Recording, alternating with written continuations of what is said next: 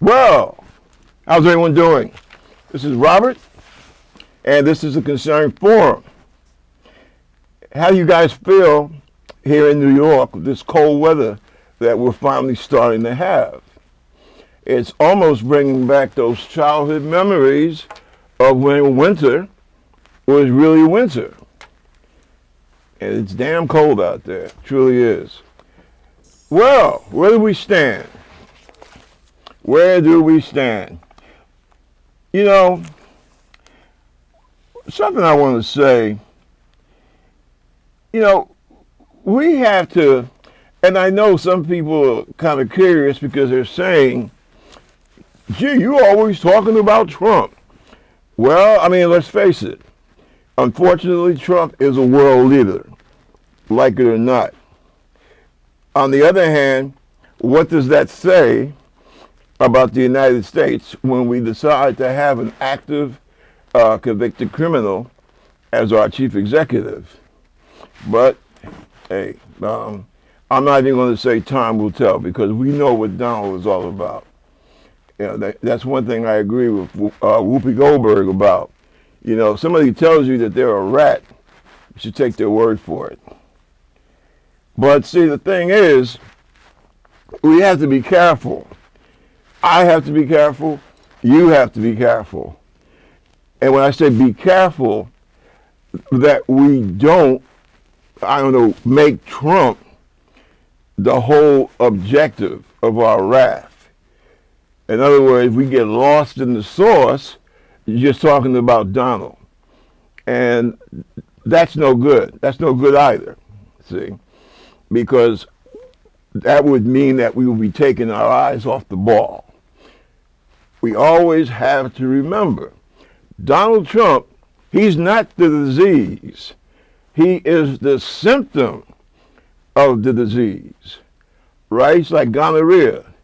And I don't have to go into any details about the, the difference between the symbols of gonorrhea and, actually what happens.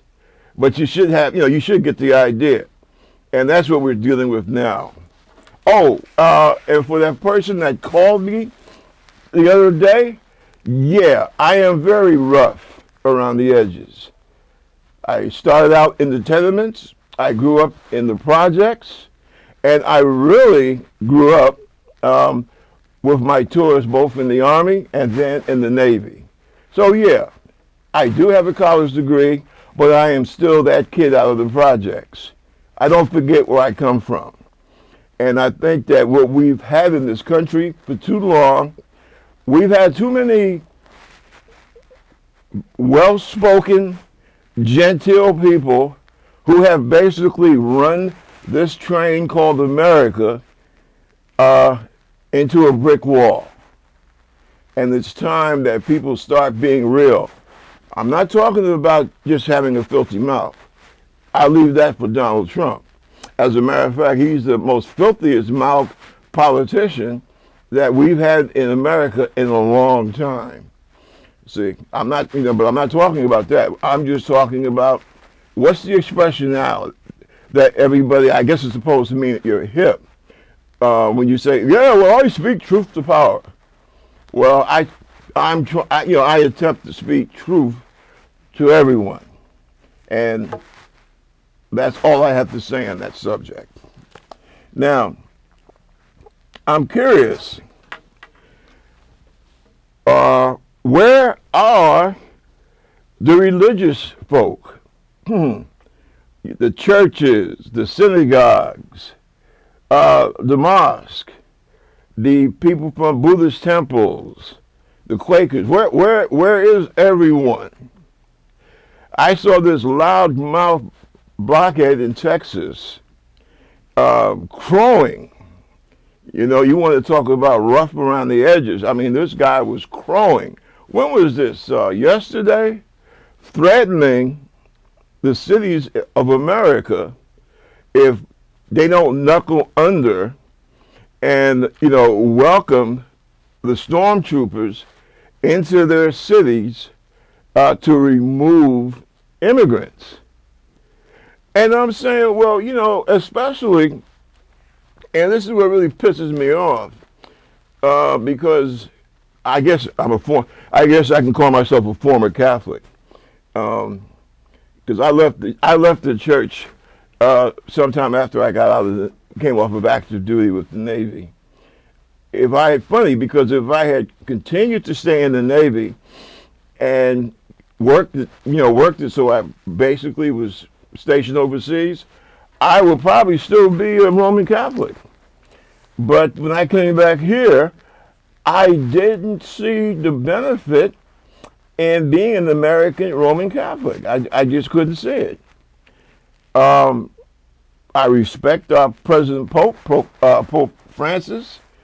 I don't agree with him on everything, but that's the American in me, right? We don't always agree with each other. But I love Pope Francis.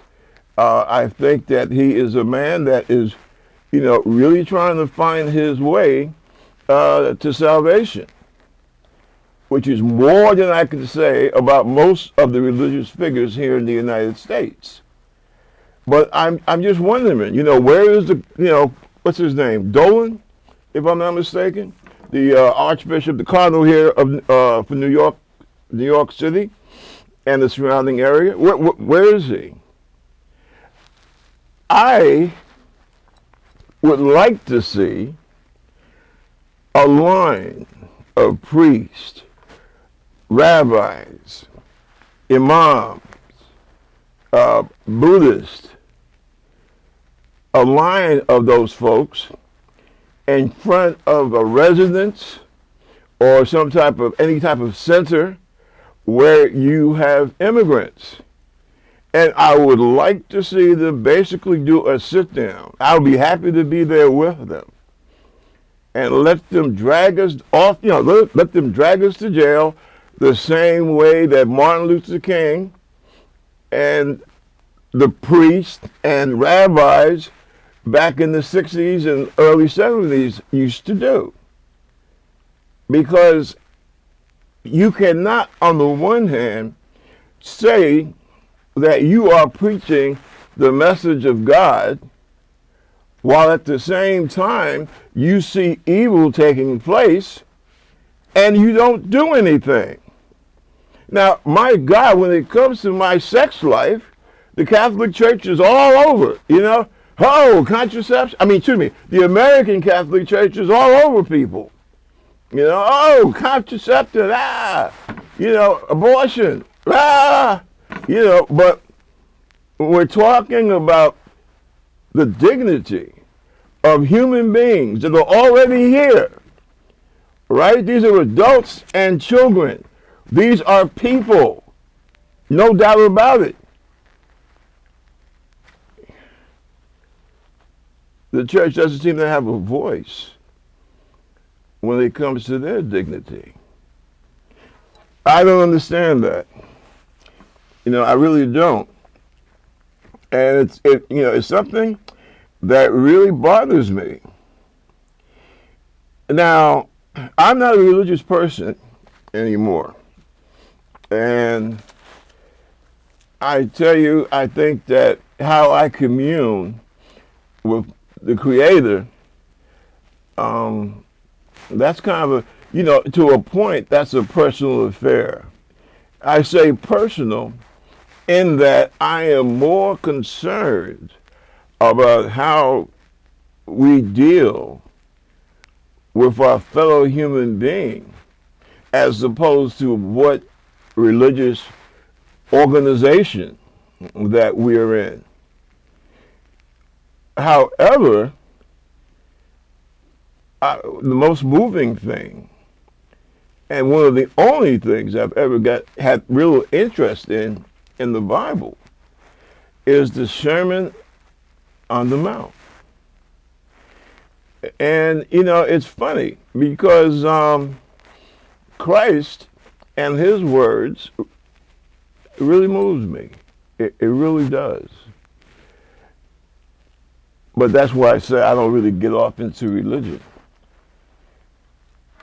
So I am very disappointed, even though I'm no longer a member of the American Catholic Church, I'm disappointed to see that the basic premise of Christ, his Sermon on the Mount, they seem to ignore. You know the one, oh God, I always get it mixed up. Was it, blessed are the peacemakers. Blessed are those who suffer for righteousness' sake. If I get any of this wrong, just, let me know. But, and it goes on, blessed are those that feed the hungry, take care of the sick. You don't find too many religious folk actually standing up and fighting for that. You got one, that African American minister, Protestant minister, I forget his name, the big, big, heavy-set guy. He's leading like a poor people's campaign. Him, I have a lot of respect for.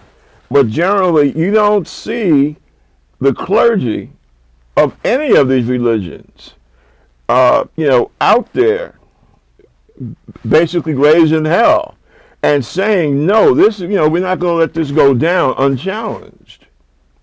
When you talk about dragging people out of their homes, throwing them out of the country, that's about as close to Nazism as you can get. And say, we have to really sit down and ask ourselves, what the hell is wrong with us as a country? We used to hang Nazis in Nuremberg. And I feel very strongly about this. I'm one of those people, I grew up watching World War II movies and also the rise and fall of the Third Reich and studying the concentration camps. And even I had the opportunity to visit a couple of the concentration camps when I was stationed overseas. And, and of course, the Diary of Anne Frank. So I'm very sensitive about this sort of thing. I think we all should be. And I'm just trying to figure out, again, where are the clergies? Listen, the three biggies, Judaism, Christianity, and Islam. Some might get aggravated at me for saying this, but, well, number one, me, people getting aggravated don't move me down. But the big three are essentially based upon the Sermon on the Mount. So, where are you? Where are you? Why haven't you stood up to this so-called president? In America today, we're in a situation where we, like I said, we don't hang Nazis anymore. America. We elect them to be president. Remember, this president-elect is the guy that said Nazis, American Nazis and the Ku Klux Klan are fine people. I didn't say that. He said that. So that gives you an idea. Oh, and please forgive my, I don't know, not hay fever, but I have some kind of irritation in my eyes, so that causes me to tear every now and then. But I didn't say it, as I said. He is the guy that said it. And we don't hang these people anymore. We elect them to public office. So what the hell does that say about us as Americans, as people? Now, I made some, I jotted down some notes last night, and it seems that, and I don't really like to get into any deep thing about religion, but since religion, unfortunately, has really poisoned so much of our political debate. See, I remember back in the 60s and 70s, uh, the whole thing about religion was, hey, this is about freedom, the right to vote, the freedom to use the library, the freedom to use a public swimming pool. Yeah, okay, that's what the church, that's what religion is supposed to be about, the dignity of all people. But now it seems that the church is just about window dressing, especially those evangelicals. I'm sorry. I know you do have some good people out there who do happen to be evangelicals. But unfortunately, when you say evangelical in the United States today, most people don't get a good feeling from that. And the reason is because the religious right, as they call themselves, they seem to be more interested in basically curtailing the rights of the citizens rather than standing up and saying, well, yeah, as a democratic society, people, they do have rights, And I also worry about the military because especially in the, flag officers, generals, right? They have their own flags. That's what they're called, flag officers. Army, Navy, Marine Corps, what have you, Air Force. I hope that these guys, the Joint Chiefs, guys and gals, because we have females in the upper ranks nowadays, I hope they have the guts to stand up to this president-elect. Because a lot of the things that he's talking about doing with the military are unconstitutional. And it will be their duty to just tell this president-elect, hey, Mr. President, you get yourself another boy or girl. Because I'm not doing it. I'm not transmitting that order. Because your order is unconstitutional. And I would again say to working class Americans, especially working class white Americans, you can't change what you did, but you made a big mistake. I know that you thought that you were hurting someone else, but it's funny. And I know there's something biblical to this also, believe it or not, being that when you try to hurt somebody else, you usually wind up kicking your own ass. And I would say to my working class brothers and sisters, that's what you did this time. You really did. You screwed yourself. If you think I'm kidding, wait till we start doing those tariffs. Yeah, you'll find out. You're going to find out why having a college degree and being educated is so important in the modern world. See? And those are people, you shouldn't sneer at them. Okay? Sometimes you need to listen to them. And don't get me wrong. I mean, I have a degree myself, big deal. But, college people sometimes can be annoying, a pain in the ass just like anybody else. But that does not take away from the basic knowledge factor. Just like when you, in working class, the Republicans, or I should say the right wing, has done a lot to denigrate universities. See, I can dig at that. A lot of the things that people who have gotten educated in universities, I understand you might not agree with those folks on many occasions, but by the same token, you can't take away that knowledge factor, see?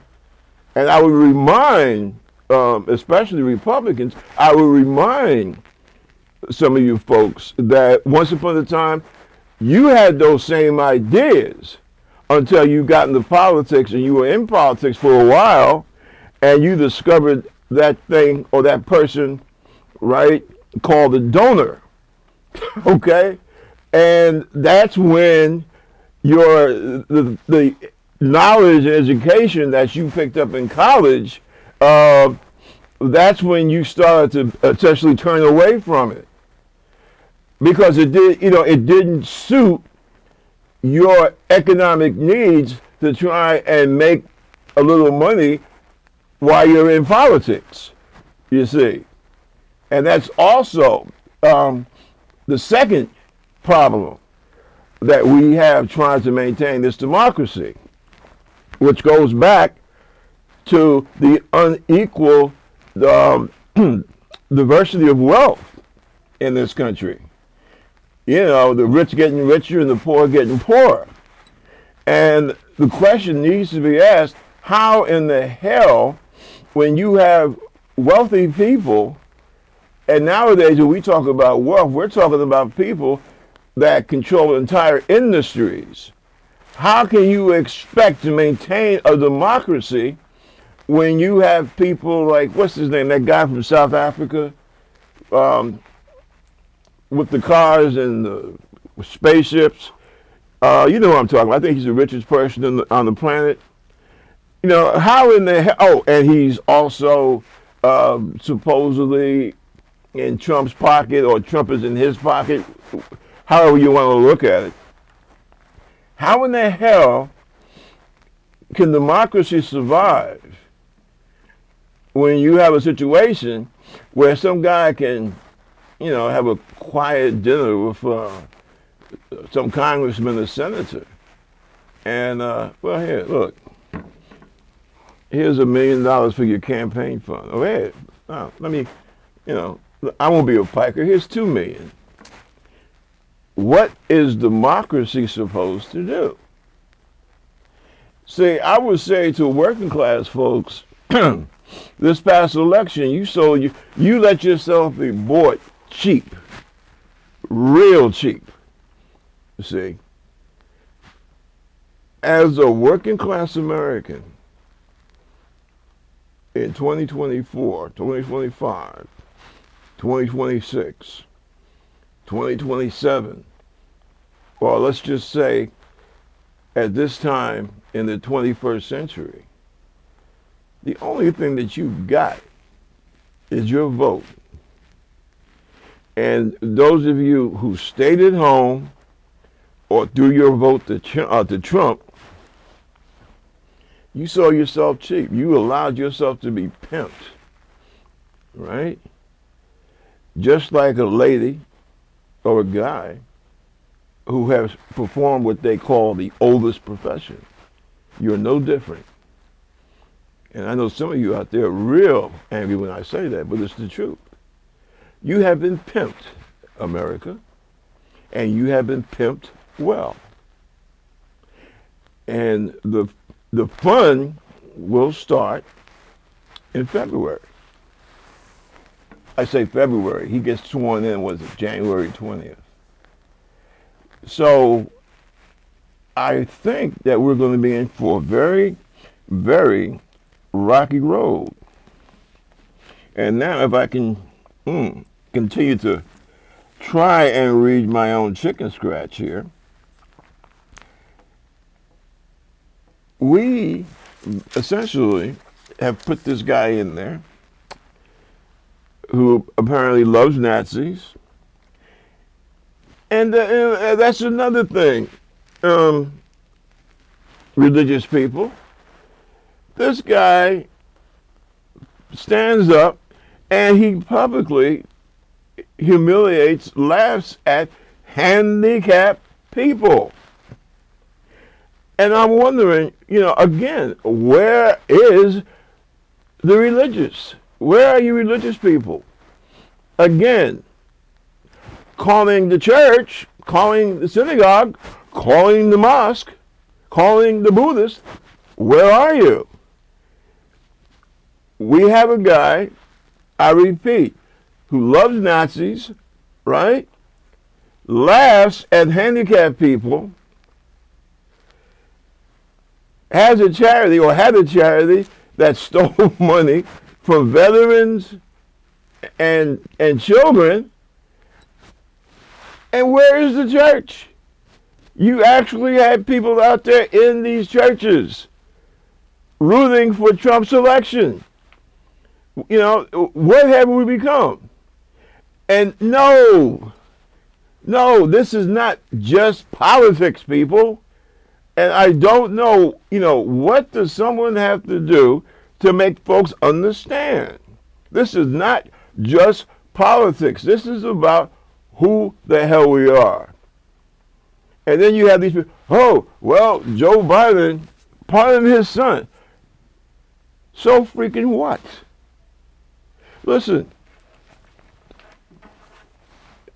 Hunter was basically jamming up for was not felonies, right? Number one. Number two, Trump stands convicted over 30 times, up to and including rape.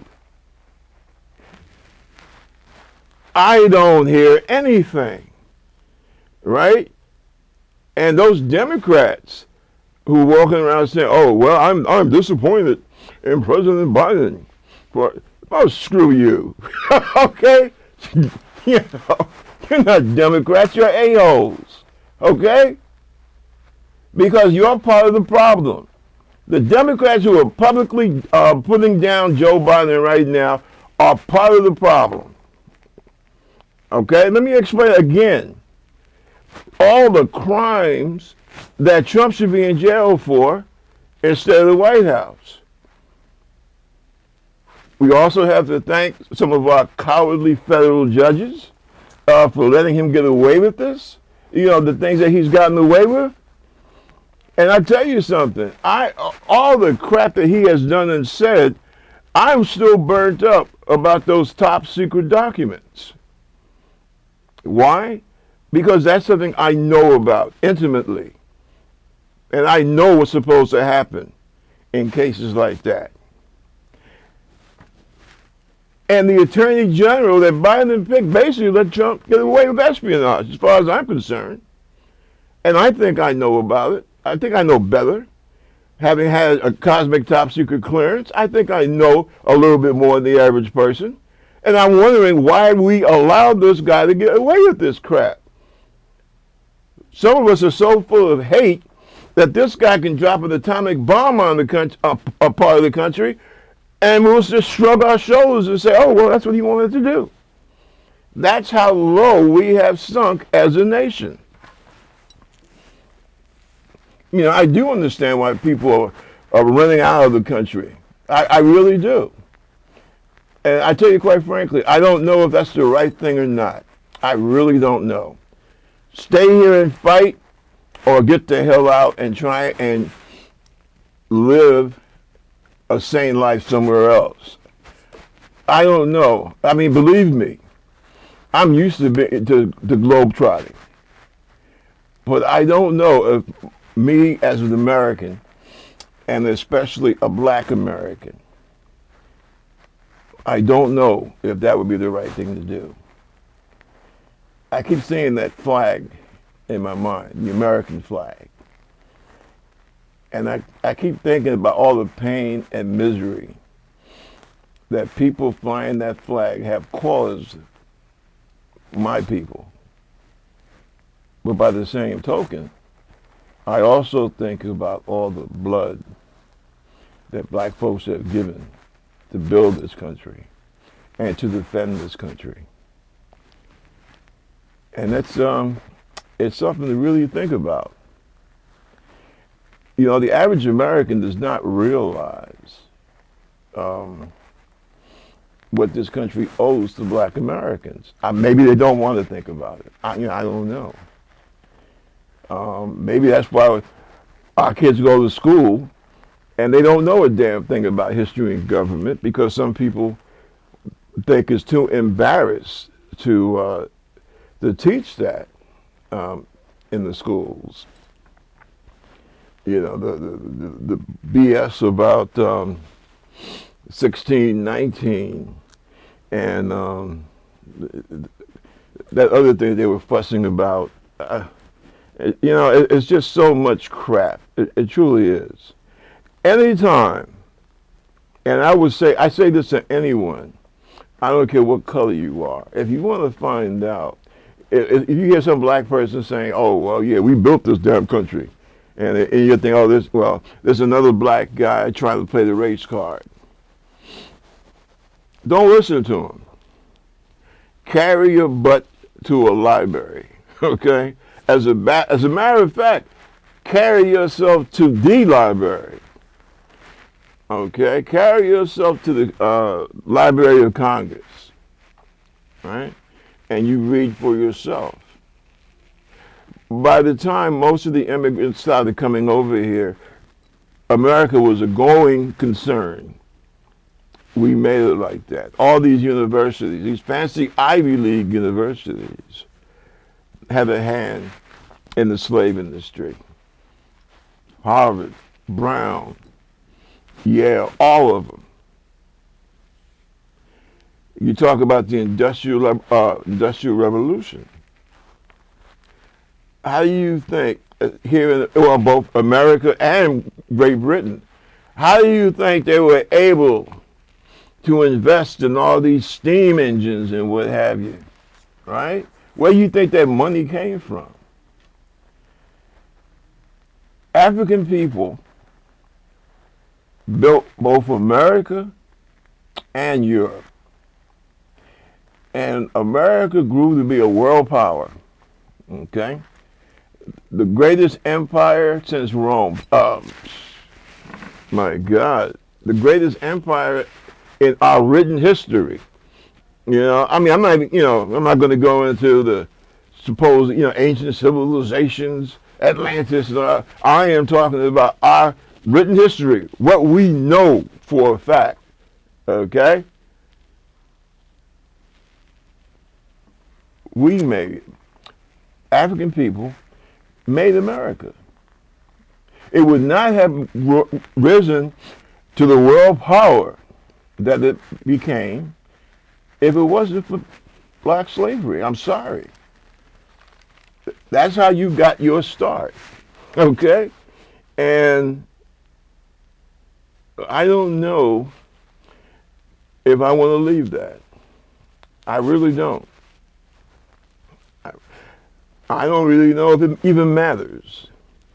Because we're one world, whether we like it or not. That's another problem with Trump and his MAGA friends. Oh, you're one of those one-worlders, right? Like that's some kind of dirty word or dirty words. Well, listen, for practical intents and purposes, we are one world. You think that there's going to be a financial disaster in Central Europe and it's not going to affect us here in the United States? If you believe that, you're dreaming. You are cruising down the river of denial, as so many Americans do. We have to stop that. We have to grow up, okay? We have to start becoming more mature in our thinking. That goes for black people, Hispanic people, that goes for working class white people. And, black people, most of us are working class. But the crazy media that we have here, they have used working class as synonymous for white people with no college degree or no college education, which is stupid, right?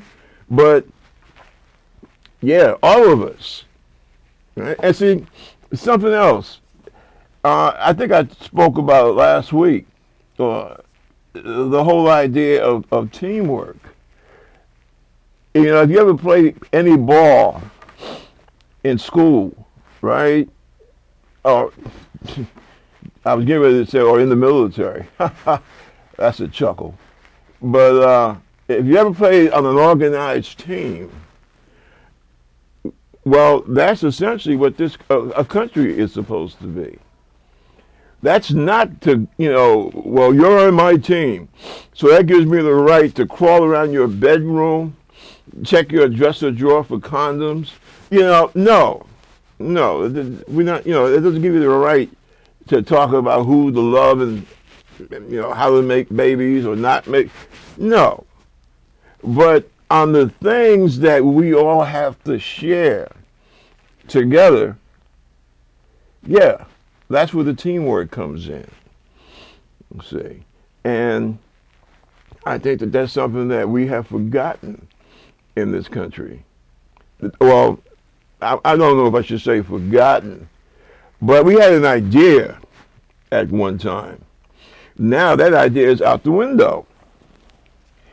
And it's so silly because you have let a bunch of right wing people play in your heads, right? Especially working class folks. You have let a bunch of right wing pain in the butts play in your head. You got how many? I don't know.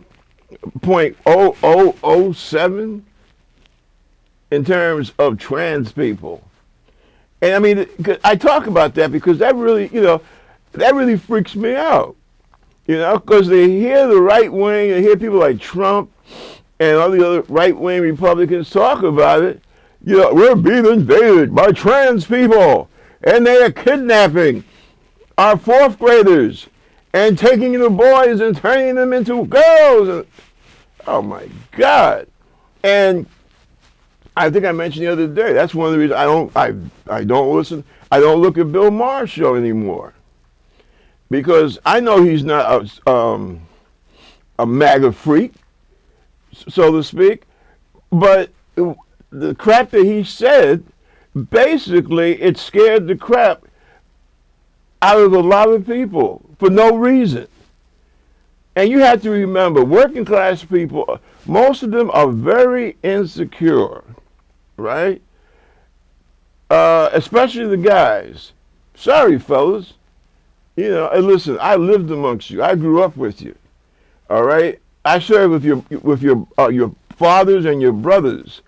Okay, from 72 all the way up until 91. Okay, and there's a lot of insecurity, especially in parts of the country. The so-called heartland. You don't have to be insecure about your manhood, right? You really don't. A person standing next to you, if they're a trans person or if they're a gay person, there's not some kind of these people act like, oh my God, if my kid sits in class with a kid that's trans, he'll grow breast. It's the craziest thing. Listen, I love women, all right? I've been married twice and one live-in. And I tell you, quite frankly, love it. For all the ups and downs, I loved it, right? Still do. First wife, she split the blanket. She didn't like being married to a sailor, okay? I had a very wonderful relationship with a young lady. Have a child with her, and it was grown now, and it was marvelous. And got married again, my son's mother, and she passed away several years ago. And it was great. I still, that's something else that we're missing in America. When you lose someone, you still have to go on living, right? But you were really in love with that person, because sometimes when the thought of them pops in your head, and you have a smile, right? That's a good thing, and that offers some comfort, right? I hope that I come across a, someone like that again. But that guy standing over there, who might be a trans person, that doesn't freak me out. That's not going to, intimidate me, right? Same thing if this person over here, if that person is gay. That's not going to, that's not going to rock my world. That's not going to take anything from me. Because you know why? I'm a man. And I don't have to run around with any kind of false bravado or any of the other BS. And this is the main point. It's not worth throwing away 240 years of climbing a mountain, right? Just like Lincoln talked about, the new birth of freedom. Every year, we're supposed to try and get a little bit better, right? That's what this democracy is all about. I mean, America is something that is constantly, we are constantly working towards perfection. We're not there. We have a lot in history that we have to answer for, that America has to answer for. But it's just like a guy growing up, right? You're not perfect. And damn, you make a lot of mistakes, right? But you try and get better, right? Every time you try and get a little better. And that's what we're supposed to be about. And what we did last month, we decided, as a nation, to just jump off that track. We decided to take the train off the track. And that is the disaster that we did to ourselves. And that's what I'm trying, I try to get people to understand. Will we get back on that track? I don't know. I really don't know. But we have to start coming to grips. A man has to reach a point in his life where he says to himself, who the hell am I? What do I stand for? What do I believe? Is there anything to me in life that's worth risking my life for? I answered that particular question when I was 17. The first time I raised my hand and I took an oath to defend our Constitution. Not a person, but the Constitution. Because that's really what America and being an American is all about. We're supposed to believe in certain basic ideas, right? That we are all equal. And if you want to throw spirituality into it, we are all equal unto the Creator, right? We don't have a king in this country. We decided we didn't need that, right? We got rid of that crap. And we said that we the people, we have the right, we have the intelligence to rule ourselves. We also believe that how a man feels about his relation to God is between him and his Creator. That's why there is no, and this is something else that's dangerous that Trump has really brought out of the woodwork with this religious right nonsense. And that's what makes those kind of people so dangerous. Because they constantly keep trying to mix religion, as they see it, with politics. Now somebody will say, oh, well, they talked about the Creator in the Declaration, I believe, or in the Constitution. No. What the founders recognized, they recognized a Creator that was above all of us. But how we interacted with that Creator, that was up to each man's conscience.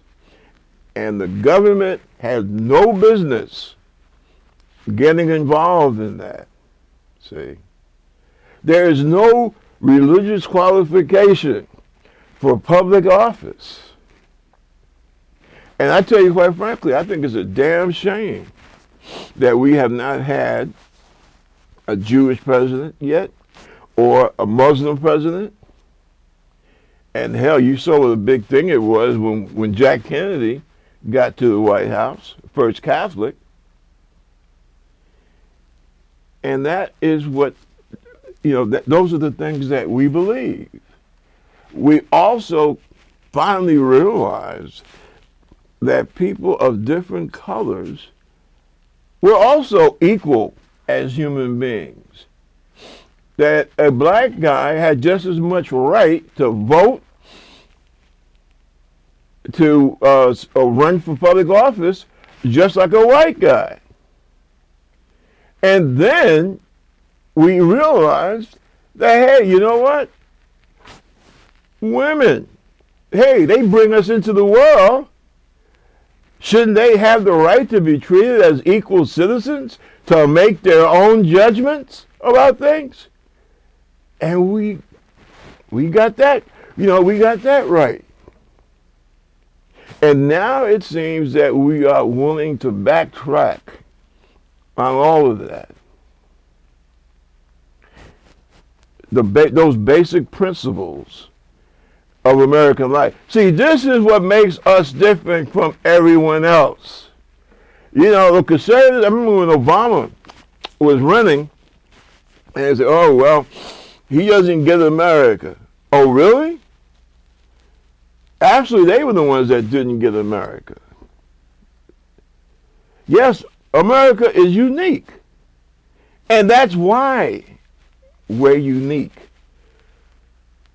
We don't get into this whole blood and soil crap that Trump is trying to, drag us into. See, that's what happened in Nazi Germany. See, that's what happened when they lost their democracy, the Weimar Republic, right? And then the Nazis came with the, whole blood and soil crap. We don't have that here in America. We're not about that. That's what makes us unique. Because we essentially, and they talk about pledge allegiance to the flag.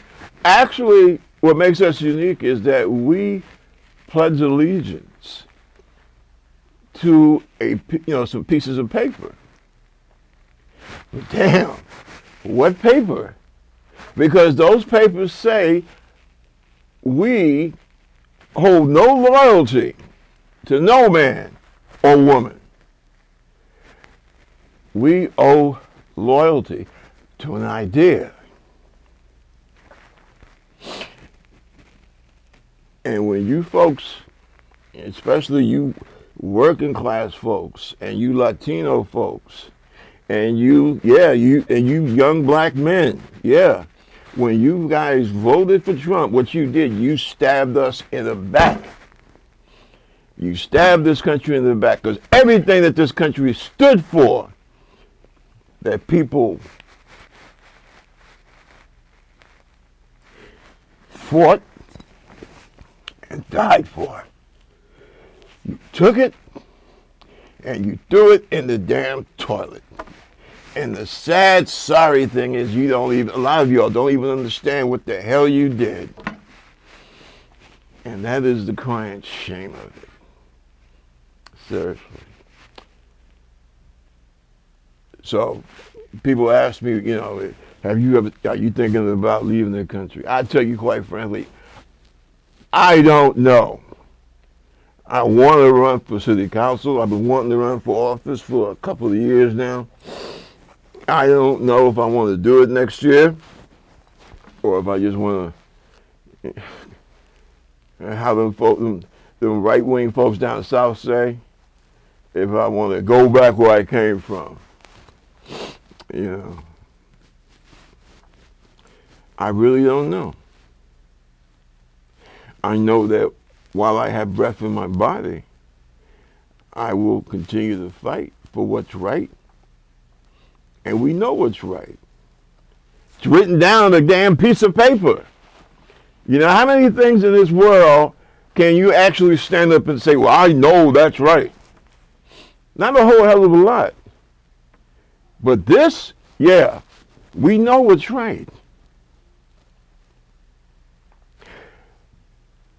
Because people have been willing to die for this thing here, this America.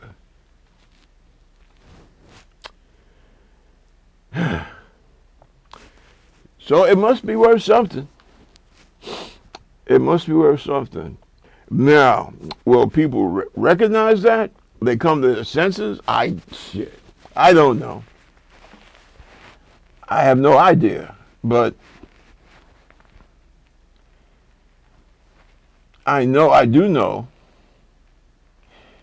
I owe it to my ancestors that were dragged to this hemisphere and dragged to this America, both North and South America. I know I owe it to them to try. That's the least I can do. That's the least I can do for, Jesus, Frederick Douglass and Jack Kennedy and Bobby Kennedy and, and even Malcolm X and Martin. Yeah, I think that we owe them that. Excuse me, I believe I owe them that, to at least try. Oh, hell, I think we all owe that, for all the women that got their heads cracked fighting for the right to vote, for all the slaves that decided that it was time for them to kick in like men, just like my man said in the movie, and fight in the Civil War. A lot of pain. See, that's the hard thing about leaving. Just say, well, the hell with it. I'm gonna leave America. That's a hard thing when you think about it. It's like leaving your parents in a way, because they've done so much for us. They brought us into this world, and it's kind of like the same thing in terms of this country. People have put in so much for the hope for a better future. And not just for black folks. Yeah, black folks basically built this country. We started it off. You know how somebody, when you can tell how somebody built something? When other people who come after use and take advantage of something that's already been built and developed. And that ring, excuse me,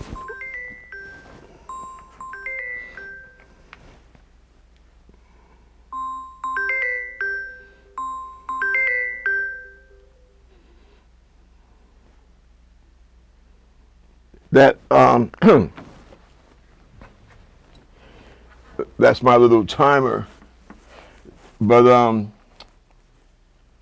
yeah, when you come someplace and you already see that there are things there, there are systems in place, and there are buildings and financial stuff going on, well, hey, that means that people who were there before you built this place. See? And America must never be allowed to forget that. Oh, and something else too. I almost forgot. Oh man, I'm gonna have to go to the docks and see about this condition in my eye here. Never the left, always the right eye. Anyway, somebody brought something up to me. I think they were a bit, shall we say, peeved with me. But the brother said, why are you worrying so much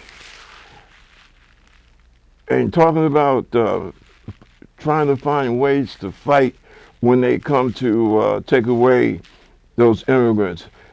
Because you know they're going to basically be trying to take away them Latinos, right? And you know a lot of them Latino guys voted for Trump. And I said, yeah. And I said, I'm very sad about that. And I said, it's harder on me because I have Latino heritage in my own family, you know. I think I mentioned it last week. You know, my dad, he was born in the American Virgin Islands, but his father was Dominican. And when his mother died, who happened to be from Haiti, was a Haitian lady, when she died, shortly after he was born, the family just shipped him to his dad in DR, you know, in the Dominican Republic. And he stayed there till he was almost a grown man, Spanish speaking, you know. And then he came up here to New York. And he met my mom. This is right at the beginning of the Depression. How's that for timing? What, 1929, 1930? And he was a youngster. He was like 17, 18. And my mom, I guess at that time she was 16. She was probably working in the back room of one of them hooch houses back then. You know, hey, people had to live. And some of the stuff they and their friends and neighbors used to tell me about what it was like in those days, especially, you know, black folks.